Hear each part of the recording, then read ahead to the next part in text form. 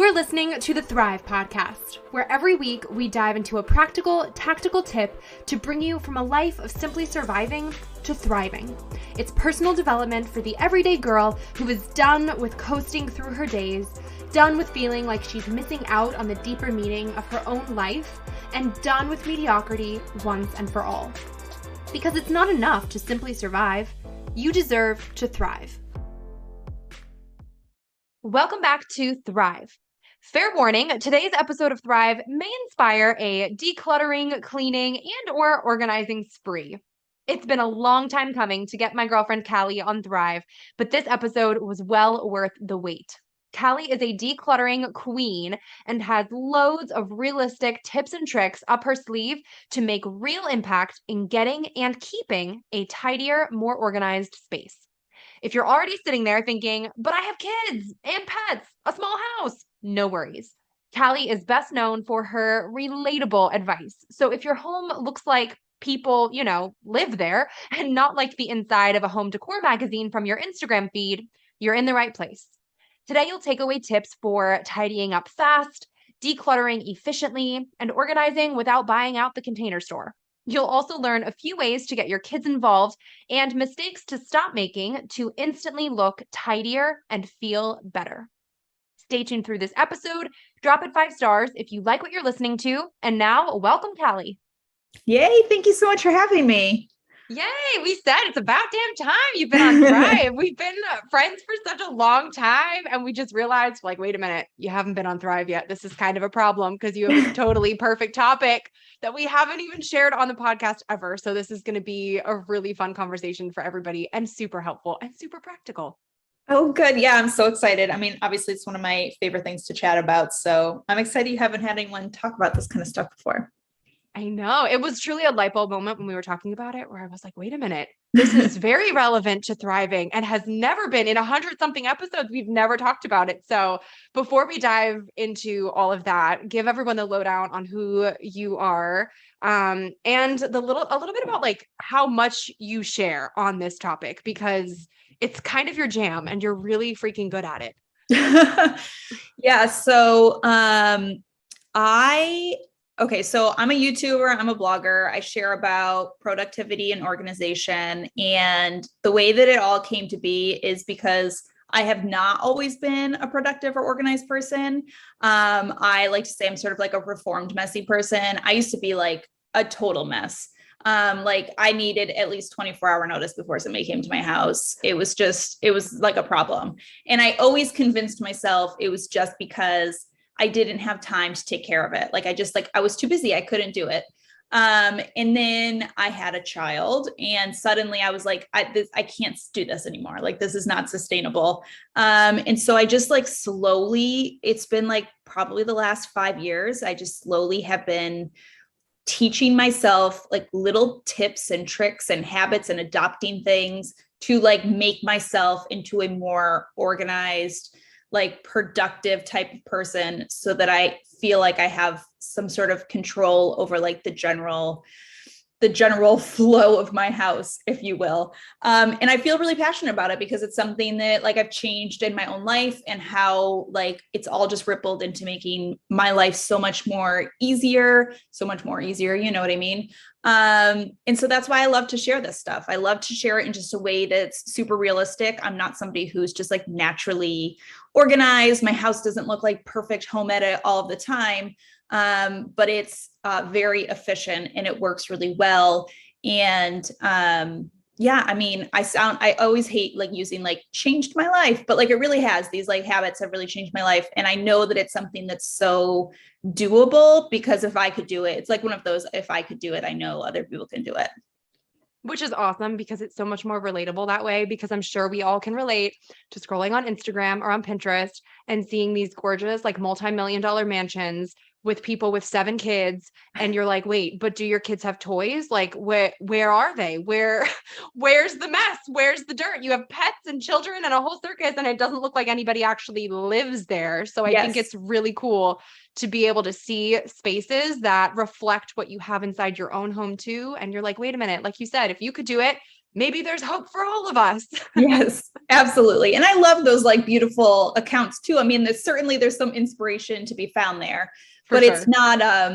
it's not what every day is. And I think it's what has created this idea for a lot of us where we're just like, oh, well, I'm not clean. I'm not organized because my house doesn't look like that. But that is not the normal standard of living. That is, Instagram, right? That's curated photos. For sure. And since you said you taught yourself a lot of this, what were like, did you have favorite resources or books or YouTube videos or people, anything that you kind of looked to for inspiration yourself? Or were you kind of more of like a trial by error, baptism by fire, kind of figuring it out as you went? I was definitely a trial by error. I think a lot of what helped me learn the process was just like doing one little thing. Like I always talk about my dirty kitchen sink rule. So when I like first started trying to learn how to be more tidy, I was like, the one thing that just like irked me so bad was waking up in the morning and coming down to like dirty kitchen, dirty sinks, dirty stuff in my sink. And I was, it's like the worst way to start the day. I'm somebody who likes to have coffee right away. And I'm like, I don't want to look at dirty dishes in my sink. And so that was sort of the first thing I did. I was like, you know what? Every night, like, I don't care how tired you are, like, you're not making excuses. You are going to clean out your sink before you go to bed every night. And I would come down in the morning and I would have this like nice clean sink and I'd have my coffee and I didn't have to worry about it. And that was like the first sort of like trigger to me. I was like, it was this little thing. It's this little thing I'm doing every night. And like, what a big difference it has made now to my morning. Now my morning just feels better. I feel more, I'm not like starting my morning feeling overwhelmed and like in distress. I'm like coming down to this sort of more calm space. So it was first like learning just that, like what a small little tweak can have such a big impact. And then, obviously I've gone into like all the books that people love, like Atomic Habits and, the Art of Creating Habits and all of those sort of books. And I love that kind of stuff. I have read a stupid amount of books about like brain science. My husband always makes fun of me because he's like, don't most women have like, romance novels on their nightstand? Mine's like literally like articles where somebody was studying like the brain development of rats, like during forming habits and like all this weird stuff. So I don't think most people need to do that. But it was really just thinking about how such a small habit can make such a big difference. And then, yeah, I did a deep dive into habit building and brain science and all of that. But well, it makes sense too, though, because I feel like so much of what we surround ourselves with in so many different senses is what's key from going from surviving to thriving. It's really this like holistic approach. And I know for me personally, the more chaotic my space is, the more chaotic my brain is, or vice versa. It's like they mirror each other. So if you see a circus happening around you, what's your first step to address it? okay, so yes, it's always going to happen. There's always going to be, just like hot mess is going to happen. Like both my children are home and there's just like tornado everywhere. So my first step that I always say, like my best tip is like start with your flat surfaces, because it's really easy to hyper focus on like the spilt milk over here. And then there's like a mess of crumbs over here and that sort of stuff. Always start with flat surfaces. So I'm talking about countertops, tables, that sort of stuff.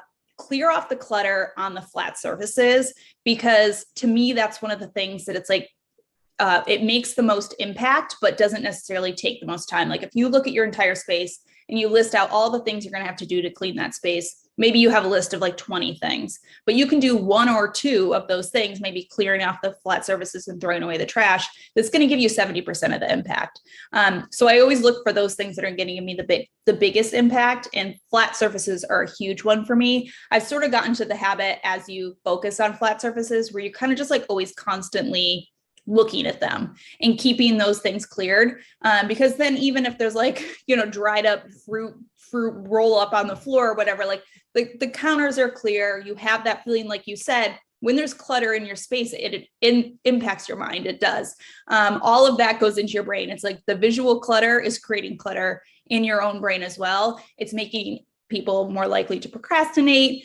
Clutter is literally linked to like poor sleep, because it's all to us when we see stuff, whether we realize it or not. It's this like unwritten to-do list, everything that's like left out, it's saying stuff to us, whether we know it or not. It's saying like, hey, this needs to go in the mail. Hey, you forgot to hang up this picture that you have sitting there. Hey, you have to send this to your kid's school or whatever. So it's all like telling you stuff that you don't even realize. And it's adding all of this like anxiety and stress to your life without you even realizing it, just by having it out.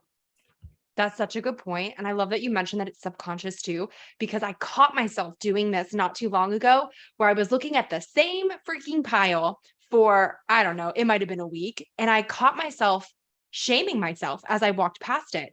And then I realized, like, oh my goodness, I wonder if every single time I walk past this, I am having this subconscious thought where I'm like, man, Erica, why can't you get it together and just put it away already? Yeah. So if you think about the snowball effect that that can have, if you're doing this on multiple surfaces or multiple areas day after day, it can literally be impacting your self-esteem. Like it has this like weirdly deep effect. And you also just feel better when it's actually tackled and taken care of and put away in the first place. Yes, I love one of my favorite YouTube accounts is Dawn from The Minimal Mom. She's so sweet. And one thing she talks about is how our stuff is always talking to us. Like she always talks about like, what is your stuff saying? And once you start to kind of think about your stuff that way, you will realize that like all of this stuff is saying stuff to you, like literally everything. Like stuff in your pantry can be like, hey, you bought this because it's on sale and it's been 6 months and you haven't used it. Or, hey, you have this whatever sweatshirt that you keep keeping that you don't fit into or you don't even really like, but you're holding on to it for whatever reason.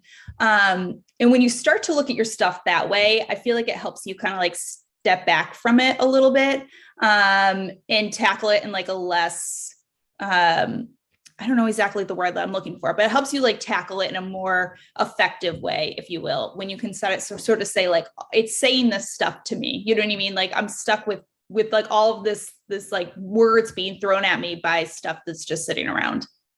Well, I feel like it lets you look at it a little more objectively, where you can Yes. kind of analyze the emotional attachment that you might have to something and kind of take that bird's eye view, look at it and assess yourself and be like, how am I connecting to this? And then Yes. you can kind of start to sever like some sort of emotional tie or subconscious tie or whatever and look at it. And then suddenly you might be able to make peace with parting with something that you've had for years and you didn't even realize why you were holding on to it in the first place. Yeah. I think it's super empowering when you have Yeah. something and then you can finally let yourself let go of it for whatever reason. Cause you're like, hey, I don't need this piece, like saying this stuff to me all the time or adding to my anxiety or whatever. Like, why do I even have this? Yeah, for sure. That's so real. I love that we're keeping this very real too, because we can all relate to having small spaces or having small humans, like we said, or having animals cohabitating with us and causing a ruckus. So, for small spaces specifically, give us some of your top tips for maintaining that sense of tidy, especially if or when it feels like you have more things than you have space for. Yeah. So yeah, I've always lived in like what people would consider smaller houses. Our house right now is 1,100 square feet. My husband and I both work from home full time. We have two small children. So some people that's considered so tiny. Some people it's like, it's normal. It is what it is. Before this, we lived in even a smaller space. So I personally like living in smaller spaces because I think it forces you to stay in check with your stuff so much more. And I think that's the number one tip when it comes to living in a small space, especially if you have that feeling of I have more than I need, or I have more stuff than I have space for. You have to get a lot more selective with your stuff. And that can be a really hard process. And I always remind people, like, as you're learning to maybe have a little bit less, it doesn't happen right away. I think lots of times we see like this, like minimalism stuff. And I don't consider myself a minimalist by any means, but we see that and we think it's this like one big time thing. And then they don't have stuff anymore. And that is not how it happens because stuff is always going to be coming into your house. It's always going to. So it's just learning about how to sort of like we said before, constantly be asking yourself questions about the stuff that is in your home. Like if it's really there and it's providing value. One analogy I love to use is to look at your stuff like an employee. Okay. So if you have an employee, you're paying your employee money to provide a service for you and you're providing they should be providing enough of a service that's worth the money that you're paying them. And so I look at my stuff the same way because everything that's in my home is taking up space. I have to manage it. I have to inventory it. I need to know where it is if I ever want to use it, right? So it needs to provide similar value. So say I have some toys in my kids' little toy corner, a toy like magnet tiles that my kids play with every friggin' day, right? All of the time, take 2 seconds to clean up, are really easy to store. Like that's a valuable employee. But I have a little set of maybe some like stacking cubes or something that they never play with. They just pour all over the floor. It takes forever to clean up. I find them everywhere. Like that's not a valuable employee, right? It's like not worth the money that I'm paying, essentially the space they're taking up and the time it takes for me to manage them. So definitely in small spaces, it's just about getting really smart about the stuff you have and like really getting honest about what you actually need.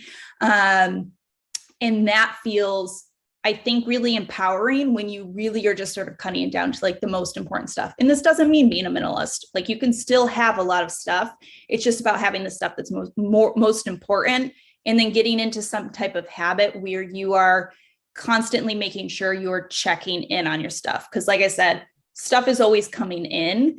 So stuff should kind of always be working its way out as well.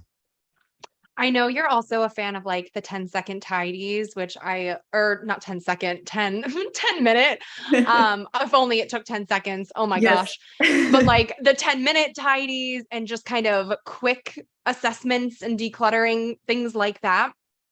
So besides the employee analogy, which I love, what's your favorite process for if you literally have like you're in your 10-minute tidy, you want to kind of get rid of a few things fast? Mm-hmm. Is there a way that you recommend doing that for people, just for something that is quick, but maybe not also like super random where you're just like grabbing random things from here or there? Yeah. I always talk about if you're looking at sort of like decluttering or organizing, I have like a home reset challenge that I have done on my YouTube channel, which has a couple little like steps. And one of them is that basically every day you do a 10-minute declutter. You set a 10-minute alarm and you're decluttering a small space. So instead of it, like you said, you're sort of like going around aimlessly, like trying to get rid of stuff. You're just hyper focusing on a single location. So it's the junk drawer, it's the laundry pile, it's the whatever. You're picking a single area, you're setting an alarm for 10 minutes. When the 10 minutes goes off, you're done. And usually you find that you can do it in that 10 minutes. I think that's one of the like most helpful things about those 10-minute tidies is like, you're always amazed how much you actually can do in 10 minutes. Like this like project you've been avoiding forever. You're like, oh, like that took me 9.5 minutes. That was so much faster. So I love that. Like take 10 minutes. If you're doing the 10-minute tidy, I do that at my kids' nap and I do it after bed too. Add a 10-minute declutter. So wherever you want to add it in, make it 5 minutes. If 10 minutes is too much, like whatever is manageable to you that you know that you'll do, and hyper focus on a single location instead of something large. So make it smaller. I love that setting a timer is involved because it forces you to start. And this is something that you and I literally shared this on our on our respective platforms, I think the same week. And I noticed it after I published mine. I found yours. I'm like, man, Kallie and I are always on the exact same page with everything, where we were talking about just what it actually takes to get and stay motivated, and how oftentimes it's literally just you have to just actually start something. You have to get that momentum, and that is what keeps you motivated. So I love that tip too, because if you're starting a timer, it forces you to actually just start and do something. You don't have the opportunity to just sit there and go, oh, I don't really feel like it. I'm tired. I'm like waiting for divine inspiration to like get my butt off the couch. Like it really just forces you to get up and just do it. And then by the time you start, like you said, 10 minutes is going to fly by, and you will probably be shocked at the amount of progress that you can make in such a small period of time. Yeah. I mean, the hard truth is, right, like you're never gonna feel like it. Like you and I know this, right? There's that nobody deep, like when there's a task you want to do that is boring or inconvenient or like whatever, nobody defaults to like, yeah, I want to do this. Like nobody does. You don't. Your body does not default to that.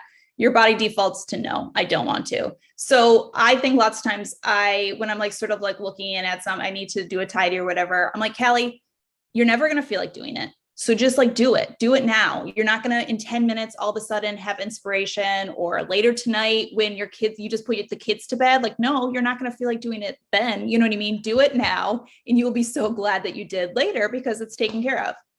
Exactly. Oh my goodness. So once you've decluttered everything and now people are thinking about, all right, how do I organize what's left and make it nice and pretty and all of that jazz. I know I personally have been victimized by the Container Store, and I'm sure everybody has, and other like cute organizational TikToks and Pinterest and all of that jazz. But I also feel like if you're somebody who ends up collecting things and collecting clutter, it can be easy to collect clutter of things that are meant to make you have less clutter. So, do you have any favorite tools or types of containers or things that you've actually found are like actually worth the money, worth save your space, are effective, and are not just something that's going to just kind of like add to the amount of stuff? Yeah. Yeah, I know this one is hard because it's like you need stuff to contain your stuff. You know what I Just like mean? crazy. And you're like, is one more plastic container going to make me organized? So I have found through a lot of trial and error trying to get organized that it really comes down to just being really smart about buying the right pieces. So you're not like in Target shopping around and you're like, oh, look at this cute storage bin, I'll bring it home to store something. Like that is not how you do it. It is that you have a drawer you need to organize. You're going to measure that drawer. You're going to identify what needs to go in that drawer. And then you're going to buy pieces that are going to fit the best that you can in those spaces. So a few products that I love, a product that I'm actually creating a reel about this because I feel like nobody talks about these, are drawer dividers. I'm sure you've seen these. People put them in dressers. I use them like all over my kitchen. They're basically like spring form, like long pieces, and you use them to like divide up a drawer. I love these because unlike the plastic bins, you can just create it exactly how you want. You're not wasting any space. And they're one of those things that just help keep a space contained. So I use them in all of our dressers so that you can organize.